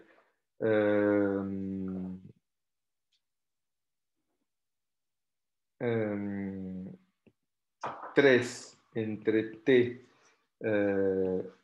JZ entre KBT al cubo, y aquí tendríamos algo como JZ entre KB menos T, ¿correcto? Y fíjense que esto que está acá es nada más y nada menos que TC. Entonces me queda que M cuadrado es una función fea, pero no importa, de T por algo que es TC menos T. Y esto, si T es muy próximo a TC, esto lo puedo aproximar a un F de TC por TC menos T. Puedo, sin ningún problema, cambiar aquí T por TC, porque esta parte es no singular. Y luego ahorita si tomo la raíz cuadrada me queda que M va básicamente como raíz de TC menos T, por una constante que sería la raíz cuadrada de esto, que no tiene ninguna importancia. Pero aquí fíjense que va como TC menos T a la potencia 1/2. Y tenemos nuestro exponente crítico beta igual 1/2. Así que el campo medio nos permite obtener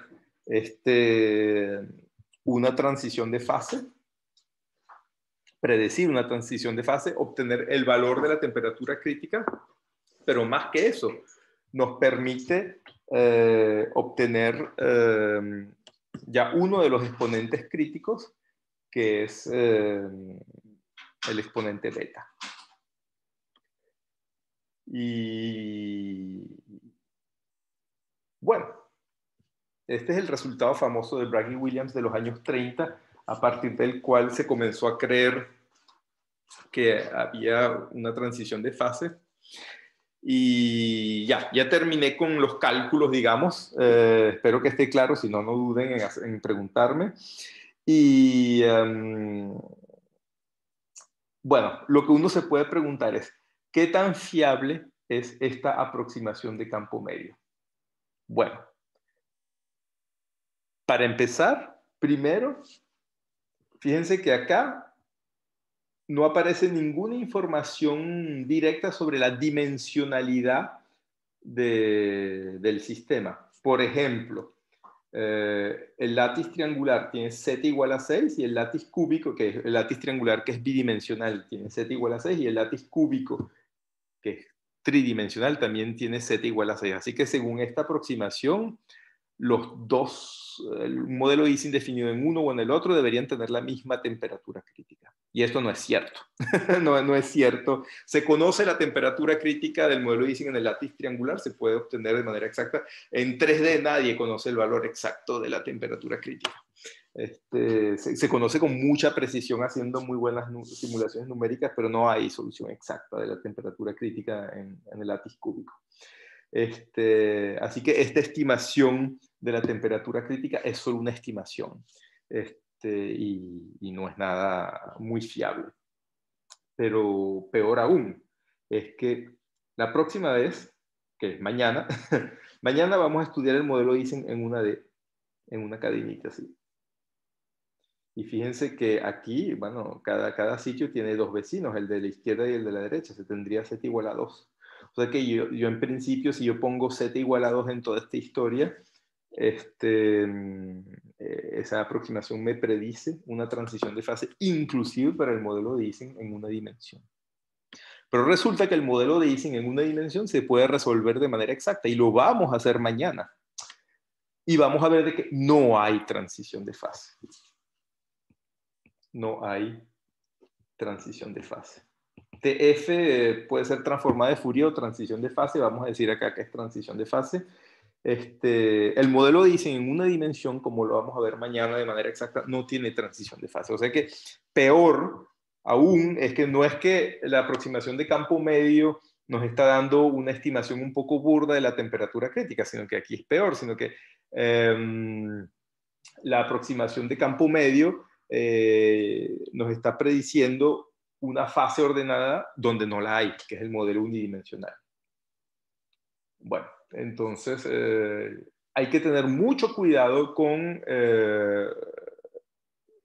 la aproximación de campo medio. Hay que saber cuándo es una buena aproximación y cuáles son sus limitaciones.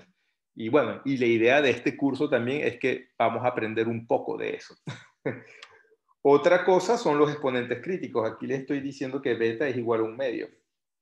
Pero una solución que no vamos a hacer acá porque sería un poco largo y un poco técnico, resulta que gracias a Onsager, en el año 1944 creo que lo resolvió, Onsager resolvió el modelo de Ising en el látiz cuadrado. Y bueno, resulta no solo la temperatura crítica que predice el campo medio no da, sino peor aún, sino que este exponente crítico no es así. O sea que el campo medio nos está dando también una estimación a veces no muy buena de los exponentes críticos. Y como yo les había dicho, y eso lo vamos a ver de manera más profunda cuando veamos la renormalización, las temperaturas críticas cambian. La temperatura crítica en el látiz cuadrado, en el látiz triangular, en el látiz hexagonal son diferentes. Pero lo que sí no cambia son los exponentes críticos. Ese es el resultado de universalidad que se debe a Kenneth Wilson y que vamos a estudiar acá. Y los exponentes críticos son los mismos para el modelo de Ising en la red cuadrada, en la red triangular, en la red hexagonal. Y resulta que esos exponentes críticos no son los que nos está dando el campo medio. Eso lo vamos a entender también por qué. Pero, sin embargo, el campo medio sigue siendo la puerta de entrada cuando uno quiere estudiar un sistema. Bueno, ya el modelo de Ising se conoce desde hace un siglo, pero cuando uno quiere estudiar un sistema nuevo, antes de lanzarse en hacer cuentas de teorías de campo, como lo vamos a hacer acá, lo primero que uno debe hacer es una estimación de campo medio, a ver qué es lo que está ocurriendo y cuáles son las posibles fases. Luego, cuál es la dimensionalidad y cuál es requerida para que estas fases aparezcan, es un trabajo más complicado. Pero el campo medio nos permite tener un primer estimado de lo que está ocurriendo, de si hay transiciones de fase o no. Bueno, con esto es básicamente lo que les quería decir hoy. Espero me quedó claro, o sea, les quedó claro a ustedes, perdón. O sea, me salió claro que les quedó claro a ustedes. ¿Tienen alguna pregunta? Por favor, les toca a ustedes preguntarme si hay algo que no está claro.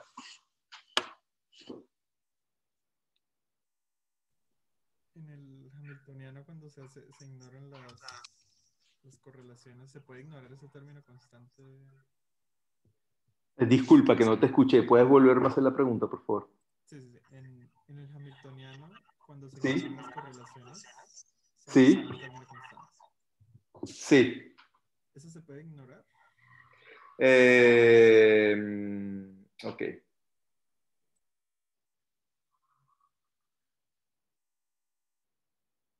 Acá, en este hamiltoniano. Sí. Tú dices este término constante. Eso lo ignoró. No lo ignoré. Me lo traje hasta acá. Y es importante porque aparece acá. Y es importante para la minimización de la energía libre. Digamos. Es cierto que es un término constante y uno siempre se puede decir que un término constante en un hamiltoniano se puede olvidar. Lo único que es un término constante que tiene un parámetro que estamos ajustando, y es por eso que no lo deseché, porque va a aparecer en la energía libre. Y luego cuando quiero minimizar mi energía libre, lo que hice acá, ese término jugó un papel también. Es por eso que no lo deseché.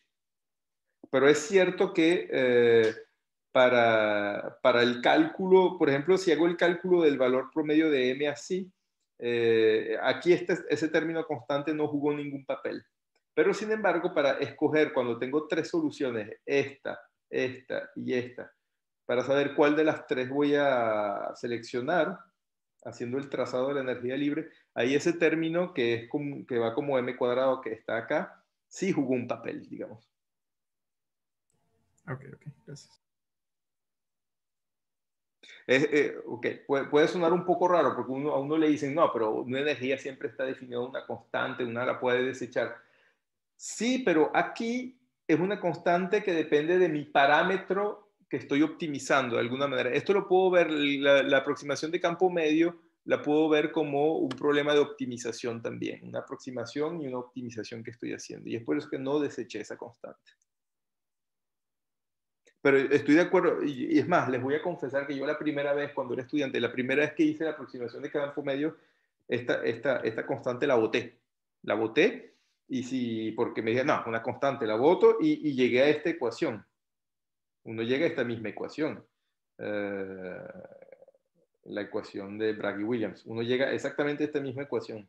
Lo único que por haber botado esa constante, después no sabía seleccionar bien cuál de las tres soluciones, cuando sí tenía tres soluciones, cuál de las tres agarrar, porque no estaba monitoreando bien el mínimo de la energía libre. Y es por eso que esta vez ahorita que tengo experiencia, me quedé con esa constante. Y es manteniendo esa constante que esta misma ecuación de Bragg y Williams se obtiene como minimizando esta energía libre.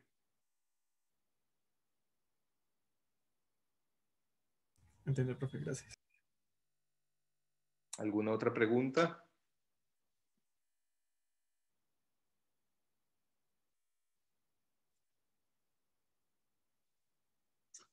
Bueno.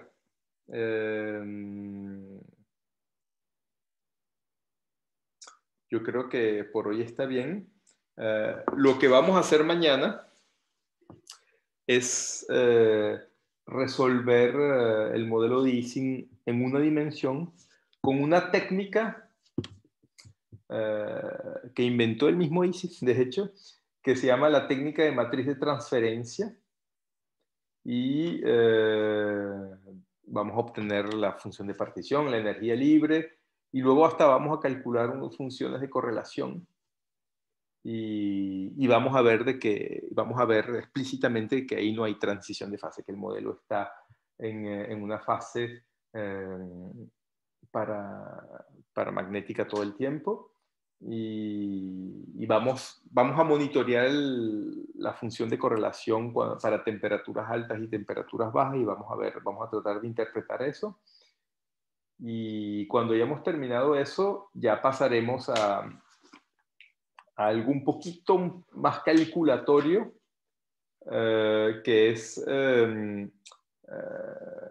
pasar de un modelo de Ising en el discreto a una teoría en el continuo, que se llama la teoría de Ginzburg-Landau. Y resulta que esa teoría en el continuo es la teoría lambda phi 4 que vieron en el contexto de Ana María. Lo único que Ana María se los describió como una teoría de partículas relativistas, mientras que aquí no tiene nada que ver, es una energía libre describiendo un campo que representa la magnetización, pero el lagrangiano, si quieren, es exactamente el mismo. Y luego vamos a trabajar con ese lagrangiano. Vamos a de nuevo hacer, ese lagrangiano se llama la teoría de Ginzburg-Landau. Vamos de nuevo a hacer la aproximación de campo medio, quizás sea un poco redundante, pero mejor para que les quede claro. Y vamos a hablar un poquito también de transiciones de primer orden, de cómo podrían aparecer transiciones de primer orden. Y,